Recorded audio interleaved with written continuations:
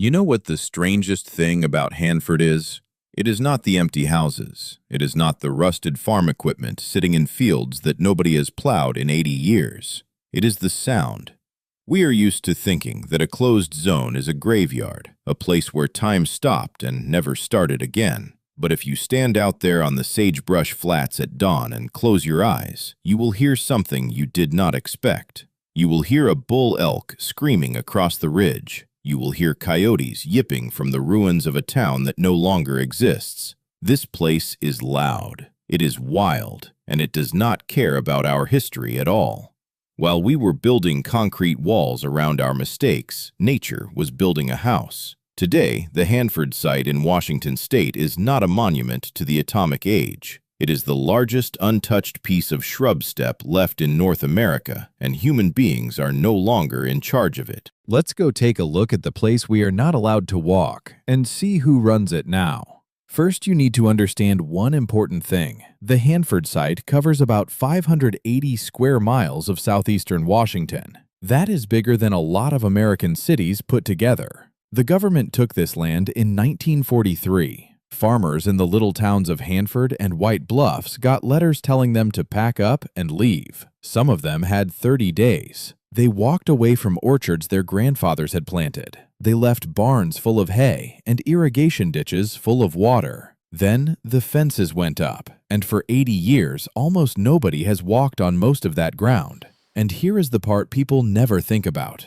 No hunters, no tractors, no highways cutting through. No pesticides sprayed on the fields, no herbicides, no cattle chewing the grass down to dirt. What we call a tragedy, wild animals treated as the greatest gift they had ever been handed. The first ones back were not rare or dramatic. They were ordinary. Mule deer started drifting into the empty town sites within a few years. Black-tailed jackrabbits took over the dry lots where houses had burned down. It looks strange and beautiful at the same time. A group of deer standing calmly on the foundation slab of somebody's kitchen, chewing on grass that has pushed up through the cracks. They do not care about the tank farms buried a few miles away. They do not care about anything invisible. What matters to them is that there is no man with a rifle behind the fence line. And that is worth more to a deer than anything we could measure with an instrument. By the 1960s and 70s, biologists who came in to survey the land were surprised. They expected to find a dead zone. They found an explosion. Animals that get controlled everywhere else by hunting seasons and by farmers protecting their crops were multiplying with nothing to slow them down.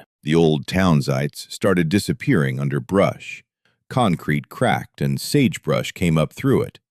The orchards that the families left behind kept growing wild, dropping apples and apricots on the ground every fall with nobody there to pick them.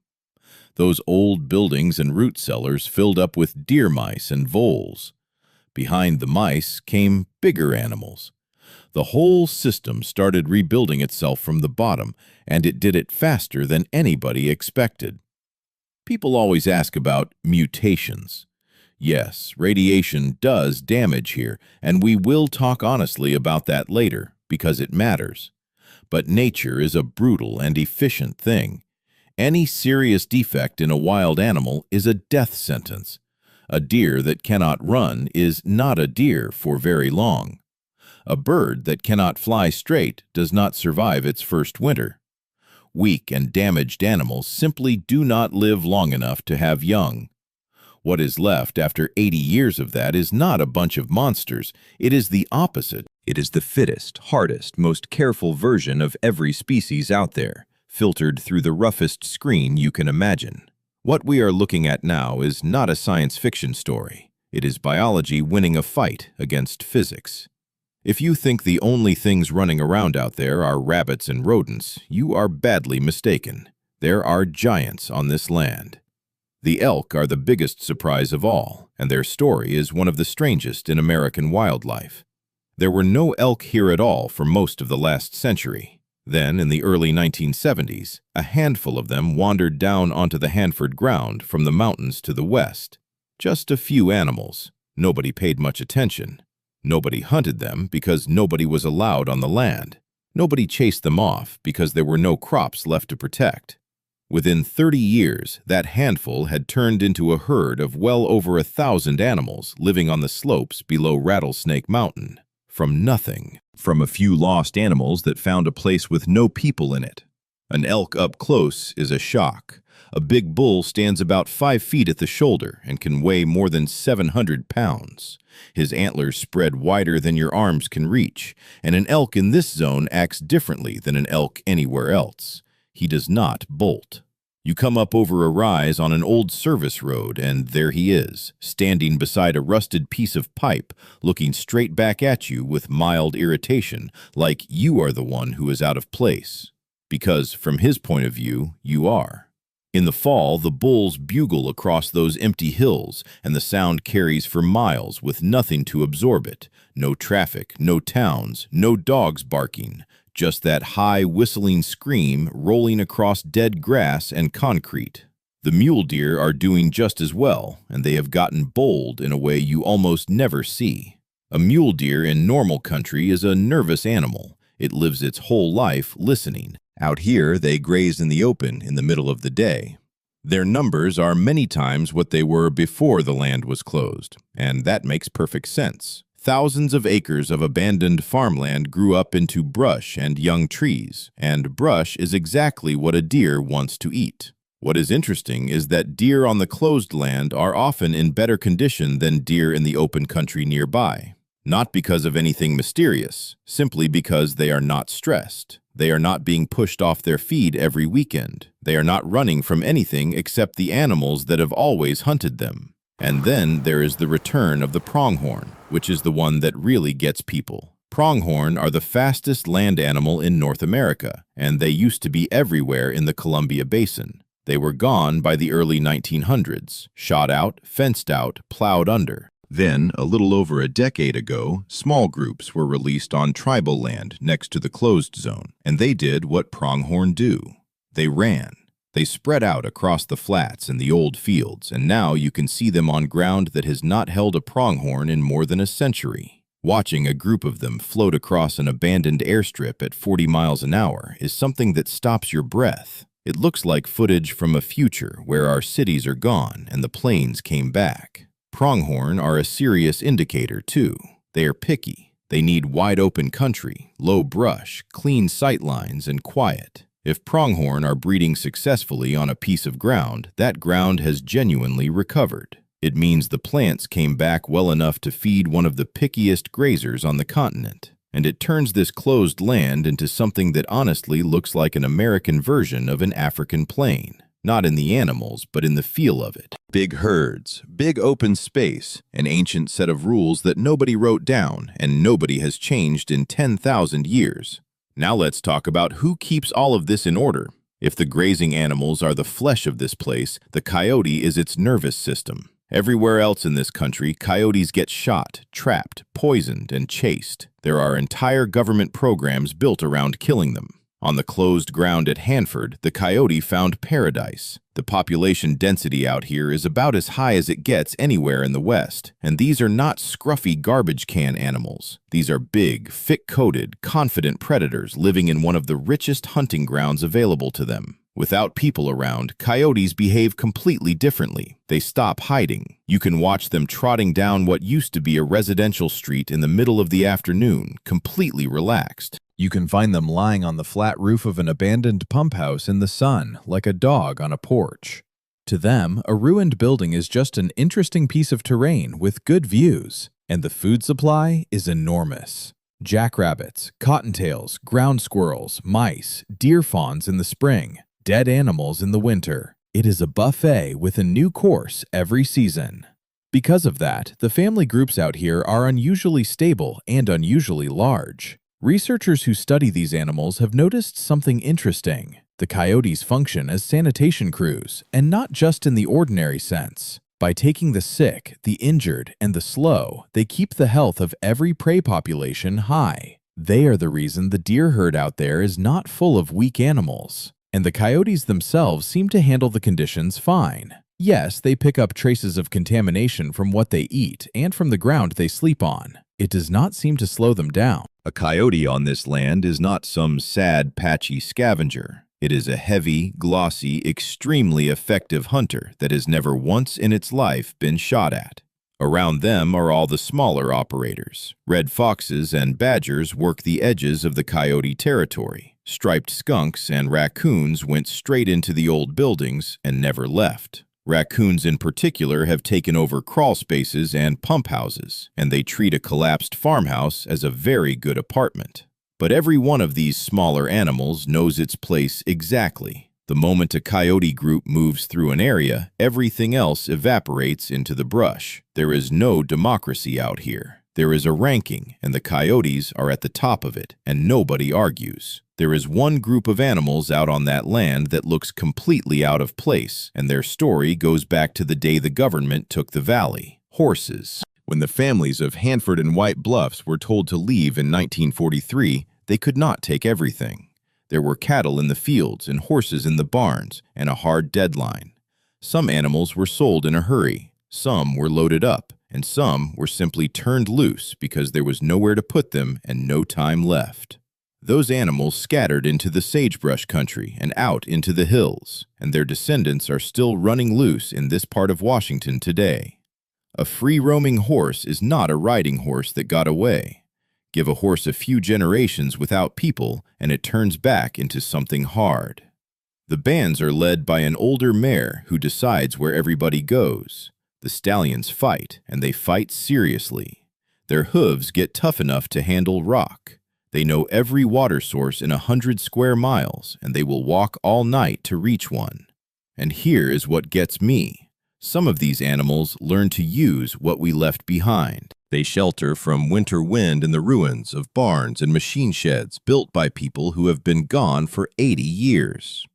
A horse standing out of the snow in a collapsed shed that belonged to a man in 1942 is one of the strangest images this country has to offer.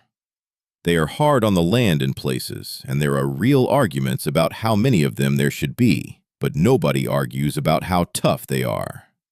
Coyotes take foals sometimes, especially in a bad spring. That is how it works. And a band stallion is a genuinely dangerous animal when he decides to defend his family. A horse fighting is not gentle. He strikes with his front feet, he kicks with his back, and a coyote that gets caught by one of those hooves does not walk away from it. There are now horses out there that have never had a human being within a quarter-mile of them. Their manes are matted and stiff. Their eyes are flat and watchful. They are not pets that went wild. They are part of the landscape now, as much as the rusted center pivot irrigation rigs standing in the fields they graze. If you go down to the water, the scale of what has happened here gets even bigger. The Columbia River runs right along the edge of the closed zone, and this stretch of it is called the Hanford Reach. It is the last long piece of the Columbia that is not backed up behind a dam. It is the last place on that entire river where the water still moves the way it used to, over gravel bars, in and out of side channels. That happened by accident. The river was left alone because the land beside it was closed, and the result is one of the most important pieces of fish habitat in the western United States. Every fall, tens of thousands of Chinook salmon come up this river and spawn in the gravel of the Hanford Reach. This is the strongest wild run of fall Chinook left in the whole Columbia system. They dig their nests in the shallows within sight of the concrete reactor buildings that made plutonium for the first atomic bombs. Think about that image for a second. The most powerful symbol of the 20th century, standing there, gray and shut down and silent. And in front of it, in clear water, thousands of fish, doing exactly what fish have done in that river for 10,000 years. Nobody planned that. It happened because we fenced the place off and stayed away. Where the salmon are, everything else follows. Bald eagles come down to this stretch in numbers you rarely see. They sit in the cottonwoods along the bank in winter, sometimes dozens of them within a mile, waiting for spawned-out fish. Great blue herons work the shallows like patient old men.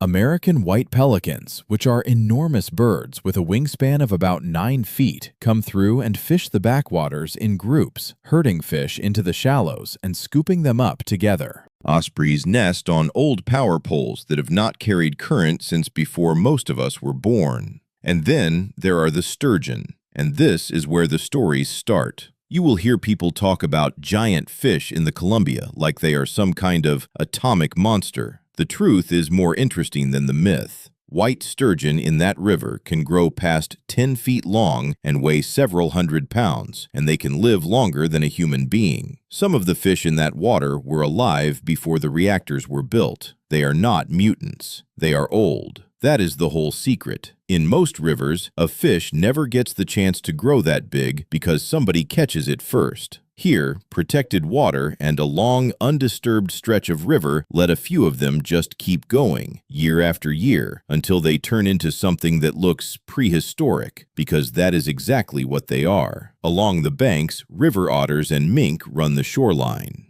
Otters use the old concrete intake structures and outfall channels as dens and slides. Think about that. Those channels were built to move cooling water for nuclear reactors. Now they are otter habitat. The concrete has gone green with algae, the steel is orange with rust, and an animal that has been in North America for millions of years has decided the whole thing is a very convenient set of caves. That is the pattern out here, over and over again. We build something for one purpose, we walk away, and nature quietly repurposes it for something better. When you look at the old town sites, the first thing that hits you is the emptiness. A schoolhouse with no roof, a row of concrete steps going up to a house that is not there anymore. But those places are not empty at all. To a bird, a human structure is just a very convenient cliff, and birds have moved in completely. Barn swallows have taken over every standing building with a bit of overhang left on it. They plaster their mud nests under the eaves of collapsed barns and inside the shells of old pump houses. Nobody knocks the nests down with a broom. No house cats hunt them from a porch railing.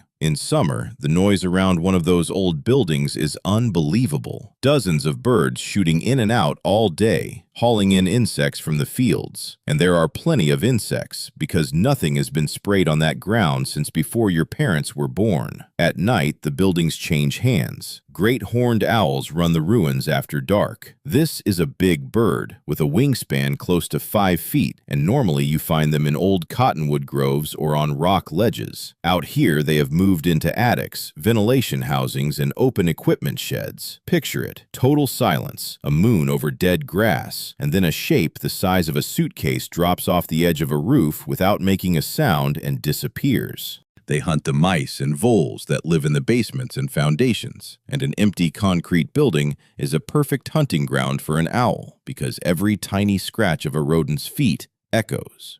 Out on the edges of the old fields, where pavement fades back into sagebrush, something even better happened. Sage grouse. These are big, strange, spectacular birds that were once all over this country and have been disappearing for 100 years as the sagebrush gets plowed and burned and built on. They need old, undisturbed shrub steppe, and there is almost none of it left. On protected ground in this part of Washington, the males still gather in spring on open flats and put on their display, puffing up, fanning their tails, making a deep popping sound you can hear from a long way off. They are doing it on ground that used to be somebody's wheat field. Birds do not read maps and they do not respect fences. Because this land is quiet and full of food, rare visitors turn up out here all the time. Birds that have no business being this far north or this far inland. For anything with wings, a closed zone is not a hazard. It is an airport with no traffic and an unlimited buffet. Before the government took this valley, this was farm country. People dug irrigation ditches, drained low ground, and pushed water where they wanted it so they could grow fruit and alfalfa in a desert. The moment the pump shut off, water started doing what it wanted again. Ditches collapsed, ponds went dry in some places and appeared in others. And with the change in water came the animals that had been squeezed out by all that engineering, the reptiles and the amphibians. Here is a picture that sticks with you. You are walking along the edge of an old irrigation pond. There is the rusted body of a 1940s truck half sunk in the mud where somebody drove it in and left it. And on the warm metal of the hood, soaking up the sun, is a row of painted turtles. They do not care about anything. Turtles run slow. They live a long time, and they are in no hurry. And in a strange way, that slowness protects them from a lot of problems. Turtle habitat in this country keeps getting drained and developed. Out here, nobody is draining anything. Where there is water and cover, there are snakes. The western rattlesnake does extremely well on this land, and it is easy to see why. Warm ruins, piles of broken concrete, old foundations full of gaps, stacks of rotting lumber. Those are perfect places to warm up in the morning and perfect places to spend the winter. Everywhere else in the West, rattlesnakes get killed on sight out of pure fear. Out here, nobody kills them, so they go where they like. And they matter. Rattlesnakes are one of the main things keeping the rodent population from eating every seed and every green shoot on the ground. Then there are the toads and the frogs. In spring, the low ground on this land sounds like a completely different continent. Great Basin spadefoot toads spend most of the year buried in the dirt, waiting. When the spring rain fills the low spots, the tire ruts, the old borrow pits, the flooded basements, they come up out of the ground all at once and call, and thousands of them together make a noise that carries for a mile. They breed fast because those puddles will be gone in a few weeks. Then they dig back down and wait another year. Those toads and frogs feed the herons, the snakes, the owls, and everything else. Without these cold-blooded animals in the middle of the chain, the whole system would fall apart. Now we get to the part that even the skeptics had trouble believing. For roughly 90 years, there were no wolves in the state of Washington, not one. They were shot, trapped, and poisoned out of existence by the 1930s, the same way they were removed from most of the lower 48. A wolf needs space, quiet, and a large supply of large prey. For most of the 20th century, this state had none of those things arranged in the right way. Then, wolves started coming back on their own, walking in from Idaho and from British Columbia. And in the last 2 decades, they have been rebuilding across the eastern half of the state. And in country not far from the closed zone, cameras started catching them. Not a lost animal passing through. Adult animals moving with purpose, marking territory, using the same routes over and over. That is the final piece in the puzzle of a landscape coming back to life. When the wolf returns, the country is genuinely wild again. Why did they come? First, because there was a road for them. Wolves are astonishing travelers. A young animal looking for its own territory will cover hundreds of miles, crossing highways and rivers and mountain ranges to find a place with food and no people. Second, because the food is here. Elk, deer, and in the hard months, whatever else is available. And third, and most important, because there is nobody out on the closed ground with a rifle. A wolf is an extremely intelligent animal with a very good memory for danger. Once wolves learn that a certain area contains no threat, they use it. That raises a fascinating question. How does a wolf get along with the local management, meaning the coyotes? Because coyotes have owned this country outright for 80 years. And here is the thing. Where wolves come back, coyotes drop. It happens every time. A wolf does not tolerate a coyote in its territory, and it is not about food. It is about competition. A wolf will hunt a coyote down and kill it simply for being there. So the arrival of wolves does not add one more predator to the picture. It rewrites the entire picture. Coyotes get pushed to the margins. The smaller foxes and other animals that coyotes suppress get a little more room, and the whole system reorganizes around a new boss.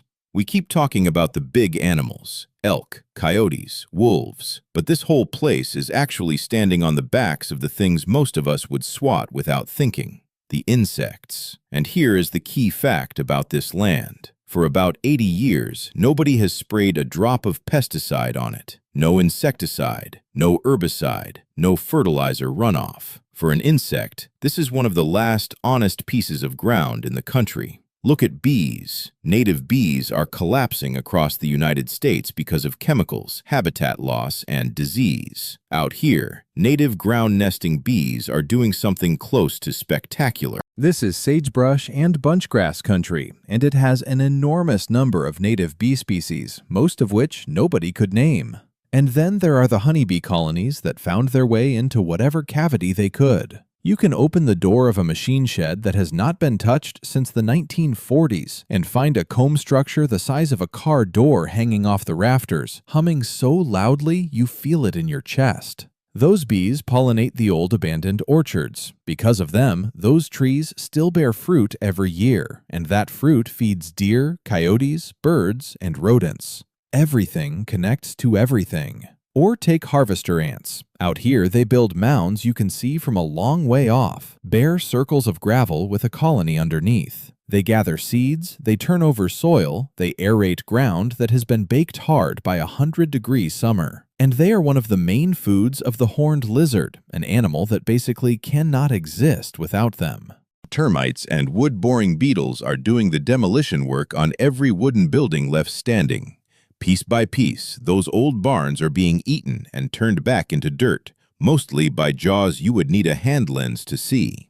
And spiders. On the cracked concrete of the old town sites, wolf spiders hunt at night, and there are thousands of them. They do not build webs, they chase things down. In summer, the flats fill with butterflies, and none of them are unusual for any reason except one, which is that they were allowed to live. People who study insects say that the diversity in the soil and the ground layer here is higher than almost anywhere else in this part of the country. That is the foundation. The whole wild empire out here is built on top of it, and it exists for one reason. Nobody poisoned it. But nature is not all green grass and sunshine, and winter out here is a serious test. When the snow comes to the Columbia Basin, the whole place changes. The wind gets brutal because there is nothing to break it. Cover disappears. Every animal that survives by hiding suddenly has nowhere to hide.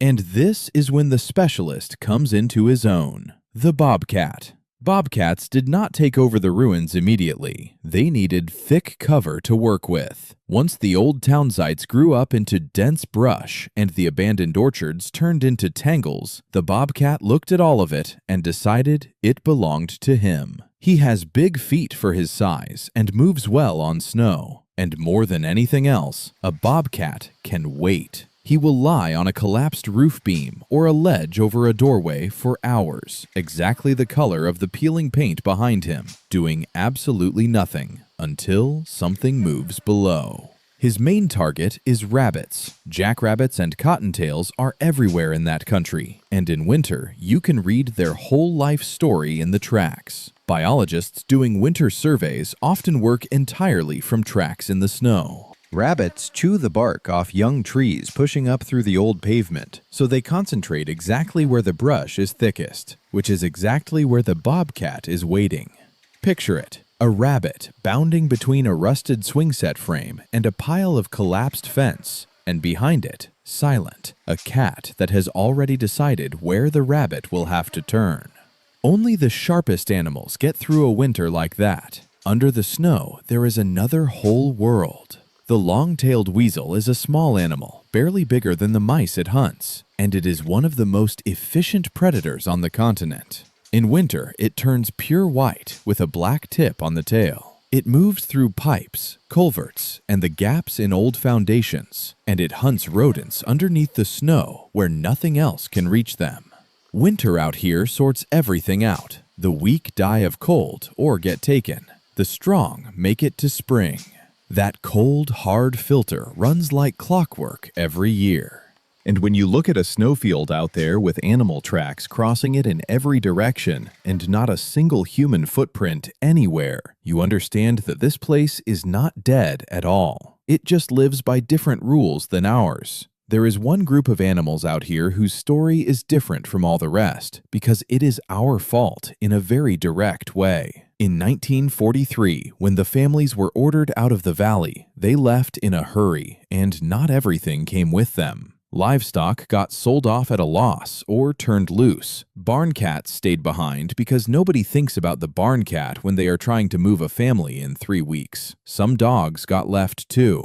People assumed somebody would come back for all of it. Nobody came back. 80 years later, there are still cats out there, and their descendants have gone completely wild. You will not find them deep in the sagebrush country because that ground belongs to coyotes, and a house cat does not last long there. They cling to the edges, around the maintenance areas, the working buildings, the security gates, the places where there are people and buildings and the smell of food, and they have not become truly wild animals, not really. Thousands of years of living next to human beings is written into them. They keep drifting back toward us, even though it was us who left. Life out there is not soft. Winter is a nightmare for a small animal on the margins. When the snow gets deep and the wind comes off the ridge, coyotes push in toward the buildings because that is where the easy food is. And a coyote does not think of a cat or a stray dog as a relative. It thinks of it as competition or as dinner. So these animals live squeezed between contaminated ground, a hard climate, and the jaws of a predator that has never lost an argument out here. Some of the crews who work at the site put food out for them. They give them names. They get them treated when they can. It is not sentimental nonsense.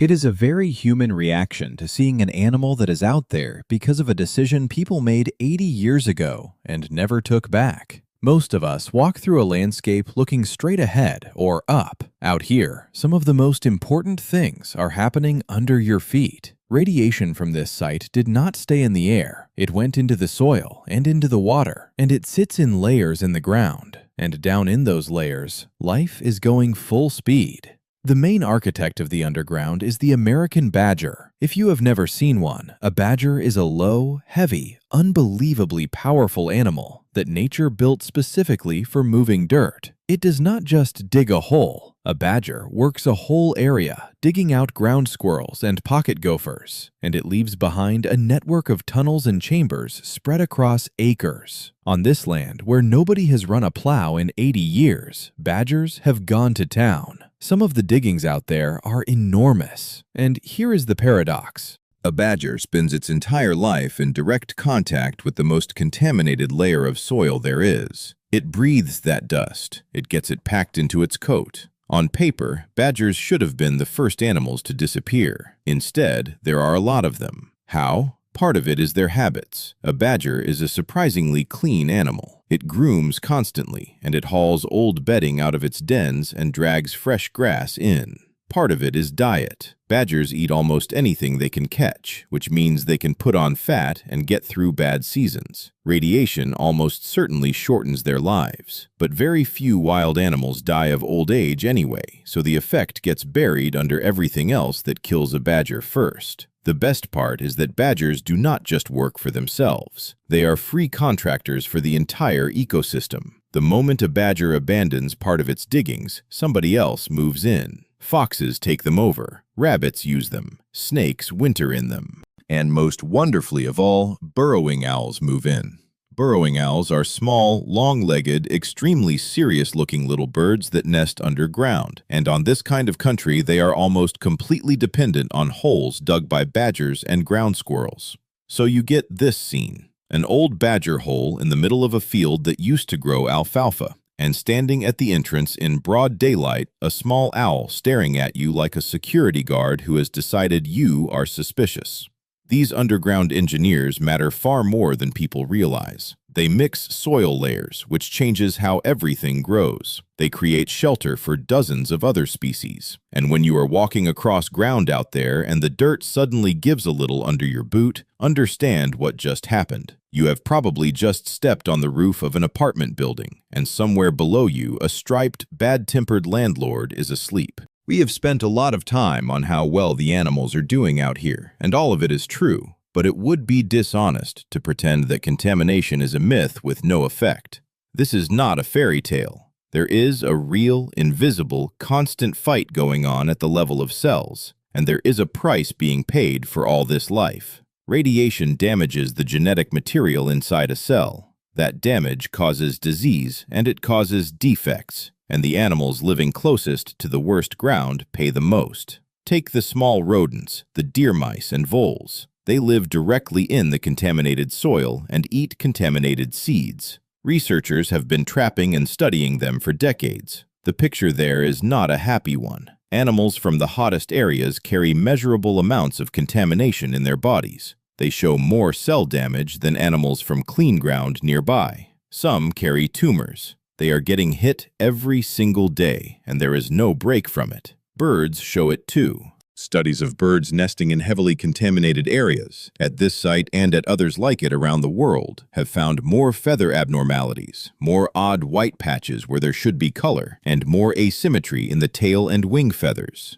That last one matters more than it sounds. A bird with mismatched flight feathers cannot maneuver as sharply. That bird is easier to catch. A lot of them do not survive their first winter. So why is this place not empty? How can animals be sick and the land still be crawling with life? The answer is the brutal arithmetic of nature. Yes, contamination hurts individuals. Individual animals get sick, breed less, and die younger. But the population as a whole comes out ahead, because the absence of human beings more than covers the losses. A doe may carry contamination in her body, but if nobody shoots her, she will raise fawns for 8 or 10 years. Some of those fawns live and raise their own. Life wins by volume. The closed zone works like an enormous machine for natural selection. Animals with serious genetic damage die fast and quietly out in the grass where nobody sees them. The ones that manage to cope pass their genes forward. It is cold, it is indifferent, and it is extremely effective. Nature sacrifices individuals without a second thought in order to keep the species going. And when you look out at a herd of elk moving across those hills, you understand that the strategy worked. When the sun goes down out there, the place changes completely. The wind drops, the birds go quiet, and then the shift starts for a group of animals almost nobody notices, and there are astonishing numbers of. Bats. For a bat, an abandoned industrial site is a gift. They do not need forest. They need shelter with a stable temperature, and that is exactly what we built and walked away from. Reactor buildings, pump houses, storage bunkers, basements, culverts, the space under old bridges. All of it is bat habitat now, and it is better habitat than most of what nature provides, because concrete holds temperature beautifully. When biologists started putting recording equipment out to listen for bat calls in the ultrasonic range, they got a surprise. There are more species out here than anybody expected, including some that are having a hard time everywhere else. Townsend's big-eared bat is one of them, an animal with ears so long they look like a mistake, and it is extremely picky about where it roosts. It abandons a site the moment people start disturbing it, which is exactly why a closed zone full of empty concrete buildings is perfect for it. Winter is when it gets interesting. Bats need somewhere to hibernate where the temperature does not swing. Old basements and tunnels are ideal. So down among rusted pipes and abandoned equipment in the dark, colonies of bats hang packed together against the ceiling with their body temperature dropped down close to the air around them, sleeping for months in a building that still sets off an instrument if you carry one in. In summer, they are an army. There is water out here, along the river and in the old ponds, and where there is water in a desert, there are clouds of insects. Every one of those insects grew up in the water and carries a little of whatever is in it, and the bats work through them by the ton. A single colony can eat an unbelievable quantity of insects in one night. In doing that, they keep an enormous amount of that material inside the zone instead of letting it fly out over the fence. Standing out on a summer night with the right equipment and looking up is like watching static on a screen. The air is full of them, flying at high speed between concrete walls and steel frames, missing everything, guided by sound.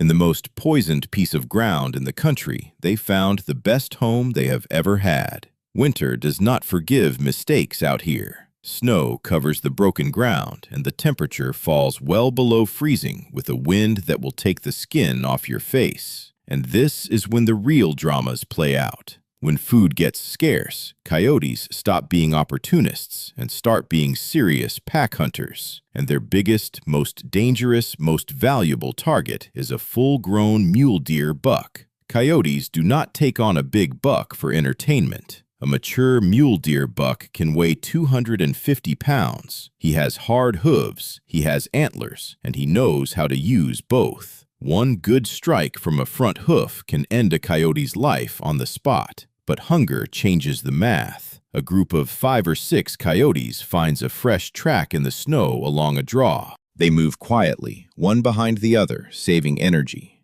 They know what is ahead of them. Either a week's worth of food for everybody, or one of them does not come home. They find him, a lone buck pawing at frozen ground under an old windbreak of dead trees, trying to reach anything green. The coyotes do not rush in. They spread out and surround him like people who have done this before. Then the psychological work starts. Feints, quick moves at his back legs to make him turn again and again, wearing him down, breaking his concentration. They use the ruins. They push him toward the narrow gaps between collapsed walls where he cannot swing around properly. The buck is blowing hard, steam coming off him. He charges the nearest coyote and snow goes everywhere. The coyote is gone before the hooves land, and while he is committed in that direction, another one is on him from behind. This is not the clean, elegant chase you see in a film about the plains. It is a slow, exhausting, ugly, grinding fight in deep snow, and the noise of it carries for a long way across a dead town. They win by attrition. They keep him moving until he cannot stand. In the morning, all that is left is a trampled circle in the snow and a scatter of bone. The coyotes will be asleep somewhere out of the wind, in the lee of a collapsed shed, with full stomachs. This war runs every single winter, and nobody manages it. Predators keep the grazing animals from stripping the country bare. The grazing animals keep the predators sharp, because the careless ones do not last. Those are the oldest rules there are, and they are running again in the middle of the most industrialized century in human history.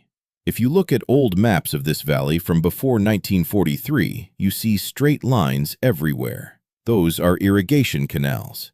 People here spent decades pushing water where they wanted it, so they could grow fruit and hay in a desert. Water was locked into a system of ditches and headgates and pumps. Then everybody left, and the land got a new water manager with completely different ideas. Meet the American beaver. Beavers do not ask permission. They see moving water and something switches on in their heads that says, "This has to stop." Along the sloughs and side channels of the river, and in every old ditch that still carries water, beavers have gone back to work, and the results are dramatic. Water backs up. It spills out of the old channels and floods ground that has been dry for 80 years. Trees that grew on dry soil end up standing in a foot of water and die, and now they stand there gray and bare in the middle of quiet ponds. To a farmer, that is a disaster. To wildlife, it is a celebration. Dead standing trees fill up with beetles, and then with woodpeckers, and then with the birds and animals that use woodpecker holes. The ponds themselves come alive. Because of beavers, mink, and otters have expanded along waterways where they were scarce. Beaver ponds hold deep water that does not freeze all the way down, so fish and frogs make it through winter. Ducks and geese nest along the edges. And here is the joke in all of this. Beavers are doing for free exactly the work that conservation agencies across this country spend enormous amounts of money trying to do. There are entire programs devoted to restoring wetlands that were drained a century ago. Out here, a couple hundred rodents with orange teeth solved it. They are methodically erasing the marks people left on this valley. They flood old roads. They wash out culverts. They are turning irrigated farmland back into the wet, tangled, difficult country it was before anybody showed up with a shovel. Now look up. There are structures out here you can see from 20 miles away. Concrete reactor buildings standing alone on the flats. Tall exhaust stacks. And along the river, the white bluffs themselves. Pale cliffs several hundred feet high running for miles. People built the towers for power and pride. The cliffs were there long before us.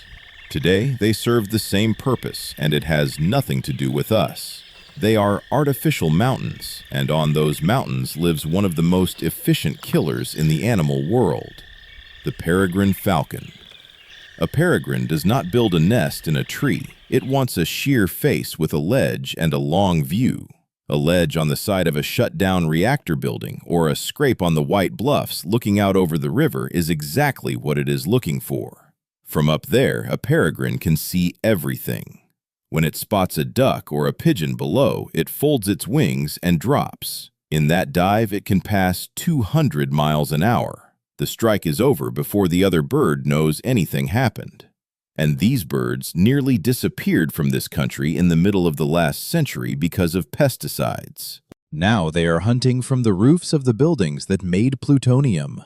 Down inside those buildings, there is another set of tenants. Raccoons work the stairwells and the equipment rooms. They are unbelievably good climbers, and they have absolutely no fear of concrete. They go up drain pipes, through vents, along cable trays, looking for eggs, nestlings, mice, and anything else worth eating. People who have spent a night in an old building out there sometimes wake up to banging and dragging noises overhead that sound genuinely frightening. It is not a ghost. It is a couple of raccoons arguing over a rat. They own those vertical mazes now. We built our towers out of concrete and steel and thought we were beating nature. Nature looked at it, shrugged, and moved in the way it moves into cracks in a cliff. We tend to measure survival by strength. Teeth, claws, size. But out here, there is an animal whose main weapon is intelligence, and that is the common raven. Do not confuse these with crows. A raven is big, black, heavy build, and remarkably smart. They live a long time, some of them for decades, which means there may be birds flying over that ground right now that were alive when there were still people working in the reactor buildings. Ravens out here are not just surviving. They are playing a complicated game. They worked out a long time ago that in winter, the most reliable food comes from predators. A raven cannot bring down a deer, so it works as a scout. When ravens spot a sick or injured animal from the air, they circle and call in a specific way. Coyotes know exactly what that sound means. They come, they do the hard and dangerous work, and the ravens sit in the trees and wait. When the coyotes have eaten and moved off, the birds come down. Then the competition starts. A bald eagle may drop in, because an eagle in winter will absolutely take a free meal off a carcass. An eagle simply lands on top of the food and drives the ravens back with sheer size. And the ravens do something clever. They do not fight. They hop just out of reach, and one of them distracts the eagle from the front while another one steals a piece from behind. And then they trade places. It looks exactly like a group of kids tormenting somebody much bigger and much slower. That intelligence is why ravens do well in places where other birds starve. They remember the routes the coyotes use. They know which stretch of road might have something killed by a truck. They cache food in the snow in places the foxes will not find. As for contamination, their brains work so efficiently that it more or less pays for whatever it costs them. They are the dark, patient observers of this whole landscape, and they are always ahead. If you want to see the version of this place that will genuinely stop you in your tracks, go out to the edge of an old town site on a cold morning in autumn. Fog comes off the river in this country and lies in the low ground like milk, hiding fence posts and collapsed roofs. The silence is absolute. And then, out of that white wall, without a sound, comes an enormous dark shape. An elk at close range is a shock. This is an animal that stands taller at the shoulder than most people stand at the chest, with antlers that spread wider than a dining table. He walks along a road with young trees pushing up through the cracked asphalt, and he does not make a noise. Half a ton of animal, and his feet go down like he weighs nothing. Elk have reached numbers out here that nobody predicted because everything they need is here, and nothing they fear is. Behind the elk in the fog come the mule deer, smaller, lighter, moving with that strange bouncing gait they have. Deer are far more nervous than elk. Their ears never stop turning. They know that the fog could be hiding a bobcat, a cougar, or a group of coyotes, and their whole life is one long act of concentration. But when they finally settle and start feeding beside a rusted tractor sitting where somebody parked it in the 1940s, the scene does not look real. It looks like a time machine broke and dropped the Stone Age on top of a movie set. Sunrise out here is when the size of what happened really lands on you. No traffic noise, no machinery, nothing but the breathing of animals moving through the wreckage of a piece of American industry. These elk and deer have no idea what a person is. To them, the buildings are odd rock formations with useful shade. They live entirely in the present moment, in the cold, wet air, enjoying a freedom we handed them by accident when we fenced this place off and walked away. Now, let's go look at the worst ground there is. Every closed zone has a heart, a place where the instruments still climb. Out here, it is the areas around the underground tanks and the old burial trenches, where the highest level waste went into the earth and stayed there. In the summer of 2000, a huge wildfire ran across a large part of this site, burning tens of thousands of acres of sagebrush right over the top of all of it. Old sagebrush does not come back quickly. Some people looked at that black ground and said, "This piece is finished." But nature does not accept an empty space. The old shrubs were gone, and grasses and quick-growing plants came up through the ash almost immediately. Where the sagebrush survived in patches, it became a seed source, and the whole burned area started stitching itself back together from those patches outward. And with the plants came the animals, starting with the ones that always take the worst of it. Deer mice and voles dug in and bred, right in the ground that hides the worst of what we buried. Yes, those rodents live shorter lives than rodents on clean land. Their genetic material is under constant attack. But they breed so fast that the population out there is enormous anyway. They eat contaminated seed, they run over contaminated dirt, and they make perfect food for everything above them. And where there is food, hunters arrive. Northern harriers cruise low over that burned ground all day, tipping side to side, scanning. Northern flickers, which are big woodpeckers, hammer holes into the dead standing trees looking for insects, throwing chips everywhere without any concern for what those chips contain. And when a flicker leaves its hole, a kestrel or a small owl or a weasel moves straight in. That deadly little carousel is spinning directly on top of the most contaminated ground in the country, which tells you that life is far more stubborn than decay. Now here is an animal whose presence out here honestly surprised biologists. We are all used to the idea of coyotes in the closed zone. But what about the big cat, the cougar, the mountain lion? This animal was hunted out of most of the Columbia Basin generations ago. It needs rough country, cover, and above all, it needs to be left alone. A cougar hates people. The smell of a house, the sound of an engine, a barking dog, and it will move miles away. And in the last couple of decades, cougars have been showing up in this country again, along the river corridors and in the brushy draws, in places where nobody would have expected one. The fact that a cat this shy is using ground next to an industrial site says everything about how quiet that ground has become. They are usually found by accident. A camera set out to photograph deer catches a long tail and two eyes at 3 in the morning. A cougar hunts nothing like a coyote. It does not run its prey down over distance. It waits, it stalks, and it covers the last stretch in a few enormous bounds. Overgrown ruins, thick brush along old canals, and steep-cut banks are perfect for that style. A cougar can lie on a ledge or a fallen beam for hours, completely invisible, watching a deer trail below. Then, one movement, and silence again. To a cougar, a ruined town site is not a town. It is a complicated set of caves with good cover and an excellent supply of deer. Their return is the clearest possible proof that this ground has not just healed, it has gone backward in time, and the old rulers are moving back in. Right along the edge of the site, there are places that are changing while we watch. The old ponds, ditches, and cooling water channels are drying up and silting in.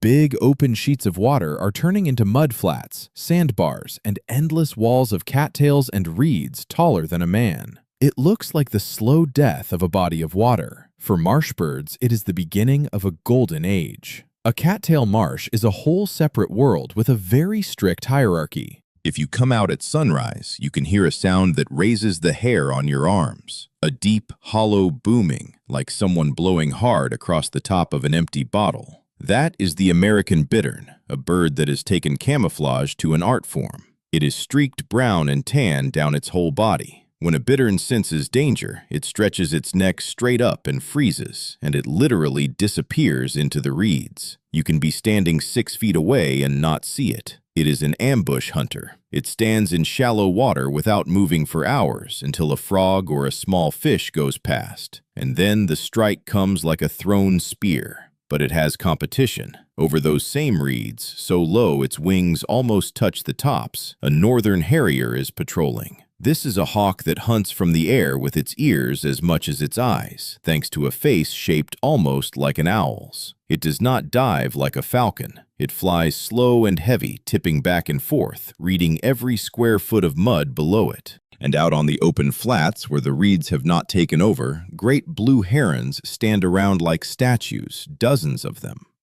As the water keeps dropping, it strands fish in shallow pools, and for a heron, that is a buffet with no line. They just walk through and collect. The change in this place shows you how flexible nature really is. People built an artificial body of water, used it, and abandoned it. It is dying. And instead of a desert, what is being born in its place is a rich, noisy, absolutely ruthless marsh. We keep talking about the big animals, but have you ever thought about what happens out here to the ones that lose? In ordinary country, a dead animal gets hauled away or buried. Out here, nobody removes the deer that dies in February. If this zone depended only on the ravens and eagles, it would have choked on its own dead a long time ago. What actually handles it is an invisible, silent army with a population in the billions. The moment an animal's heart stops, the process starts. Blowflies arrive within minutes. Then the real crew shows up, the carrion beetles. These are heavy, dark, serious-looking insects that can smell decay from a long distance. They work in under the body and start taking it apart, millimeter by millimeter. They lay eggs, and the larvae go through the remains so fast that in a couple of warm weeks, a full-grown deer is down to clean white bone. These insects are the unsung heroes of this whole system. They put everything back into the soil where it started. And there are other demolition crews. Remember those abandoned orchards, the apple and apricot trees the families planted before 1943? Those trees are old now. They dry out and fall over onto ground that used to be somebody's front yard. That is when the wood-boring beetles arrive. Their larvae live inside dead wood for years, chewing tunnels the width of your finger, turning solid timber into powder.